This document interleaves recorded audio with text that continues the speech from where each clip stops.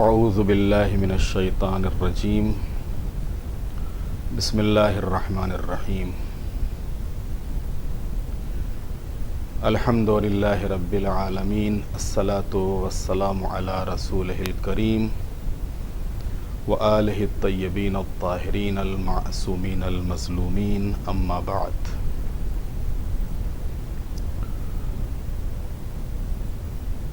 پیغام نہج البلاغہ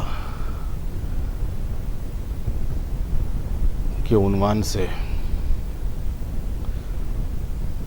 آج دوسرا حصہ اس پیغام نہج البلاغہ کے لے کر آپ کی خدمت میں حاضر ہوئے ہیں۔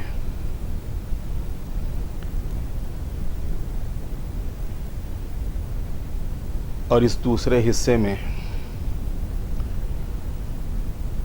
اللہ تعالیٰ کی حمد و ثنا کے بعد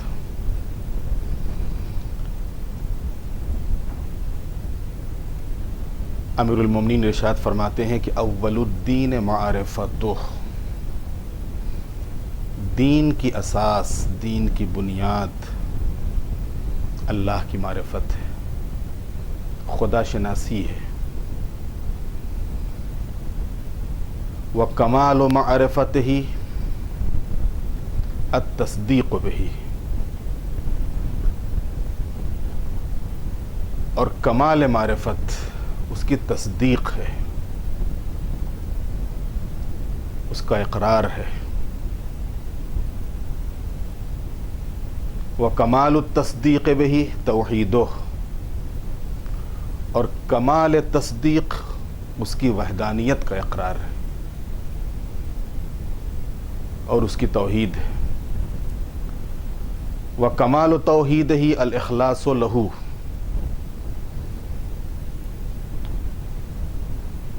اور کمال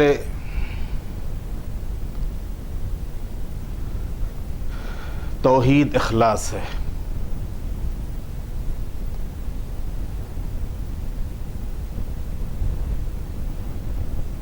وکمال الاخلاص لہ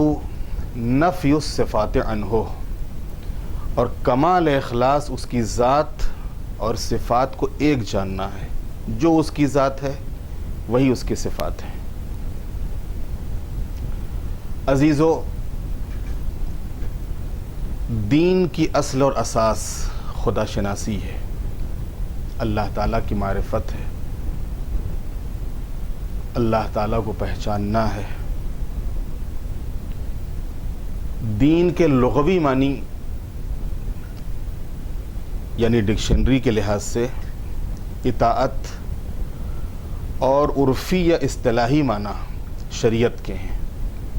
یہاں چاہے عرفی معنی مراد لیے جائیں یا لغوی معنی مراد لیے جائیں، دونوں صورتوں میں اگر ذہن کسی معبود کے تصور سے خالی ہو تو نہ تو اطاعت کا سوال پیدا ہوتا ہے اور نہ ہی کسی آئین اور شریعت کی پابندی کا،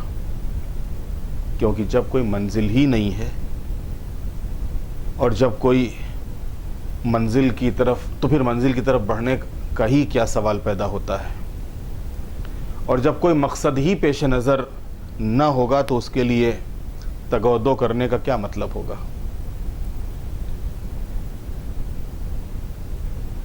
جس طریقے سے کائنات کا آغاز ذات واجب سے ہے، اسی طرح دین کا آغاز اس کی معرفت سے ہے، دین کی شروعات اس کی معرفت سے ہے۔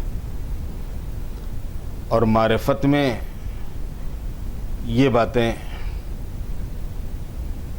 اور ان امور کا لحاظ ضروری ہے کہ دل و جان سے اس کی تصدیق کی جائے، فکر و نظر سے اس کی وحدانیت کا اقرار کیا جائے، اور خالق و مخلوق کے امتیاز سے اس کے صفات کو عین ذات تصور کیا جائے۔ عام طور سے ہم اور ہوتے ہیں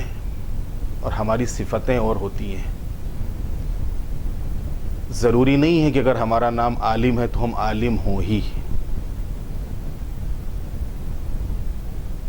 ضروری نہیں ہے کہ اگر ہمارا نام عابد ہے تو ہم عبادت گزار بھی ہوں، لیکن اللہ تعالیٰ کی جو صفتیں ہیں، جو اس کی صفات ہیں وہی اس کی ذات ہے، اور جو اس کی ذات ہے وہی اس کی صفتیں ہیں۔ اللہ تعالیٰ کی حمد و ثنا اور اس دین کے سلسلے میں اور اس کی معرفت کے سلسلے میں گفتگو کے بعد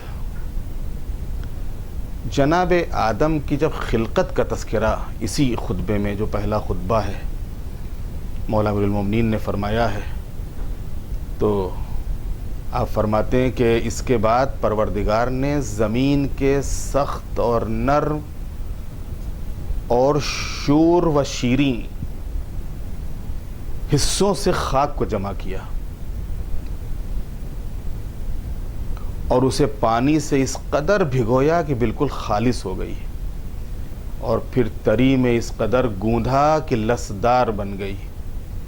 اور اس سے ایک ایسی صورت بنائی جس میں موڑ بھی تھے اور جوڑ بھی تھے، اعضاء بھی تھے اور جوڑ بند بھی، پھر اسے اس قدر سکھایا کہ مضبوط ہو گئی، اور اس قدر سخت کیا کہ کھنکھنانے لگی، اور یہ صورتحال ایک وقت معین اور مدت خاص تک برقرار رہی۔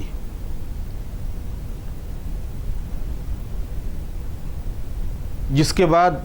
اس میں مالک نے اپنی روح کمال پھونک دی اور اسے ایسا انسان بنا دیا جس میں ذہن کی جولانیاں بھی تھیں، فکر کے تصرفات بھی، کام کرنے والے اعضاء اور جوارح بھی تھے، اور حرکت کرنے والے ادوات و آلات بھی، حق و باطل میں فرق کرنے والی معرفت بھی تھی،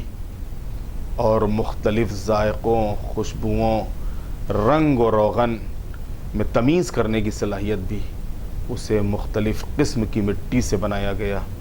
جس میں موافق اجزاء بھی پائے جاتے تھے اور متضاد عناصر بھی، اور گرمی، سردی، تری، خشکی جیسے کیفیات بھی۔ عزیزان محترم، تخلیق جناب آدم میں مختلف قسم کی مٹیوں کا اجتماع انسان کی گوناگون فطرت اور صلاحیت کا سرچشمہ ہے، اور اس کی تخلیق میں کن فیکون کے بجائے، اگرچہ واقعاً وہ خود کہتا ہے کہ وہ ارادہ کرے کسی بھی شے کا تو بس وہ ہو جاتی ہے، لیکن یہاں کے اوپر کن فیکون کے بجائے تدریجی عمل سے، تدریجی عمل خود اس بات کی طرف اشارہ ہے کہ مالک نے مٹی سے بشر ایجاد کیا ہے، اور وہ پہلی تخلیق کی طرح روز قیامت دوبارہ اٹھانے پر بھی قادر ہے۔ کیا کہنا اس مالک کا جس نے خاک کے پتلے کو روح کمال عطا کر کے مسجود ملائکہ بنا دیا، اور پھر قصہ آدم و ابلیس کو دہرا کر اولاد آدم کو متوجہ کر دیا کہ خبردار، تعصب سے کام نہ لینا، بلکہ مالک جس کے سامنے سر جھکانے کا حکم دے جھکا دینا، اور حکم الہی کے مقابلے میں اپنا فلسفہ استعمال نہ کرنا، اور نہ اولاد آدم میں ہونے کے باوجود،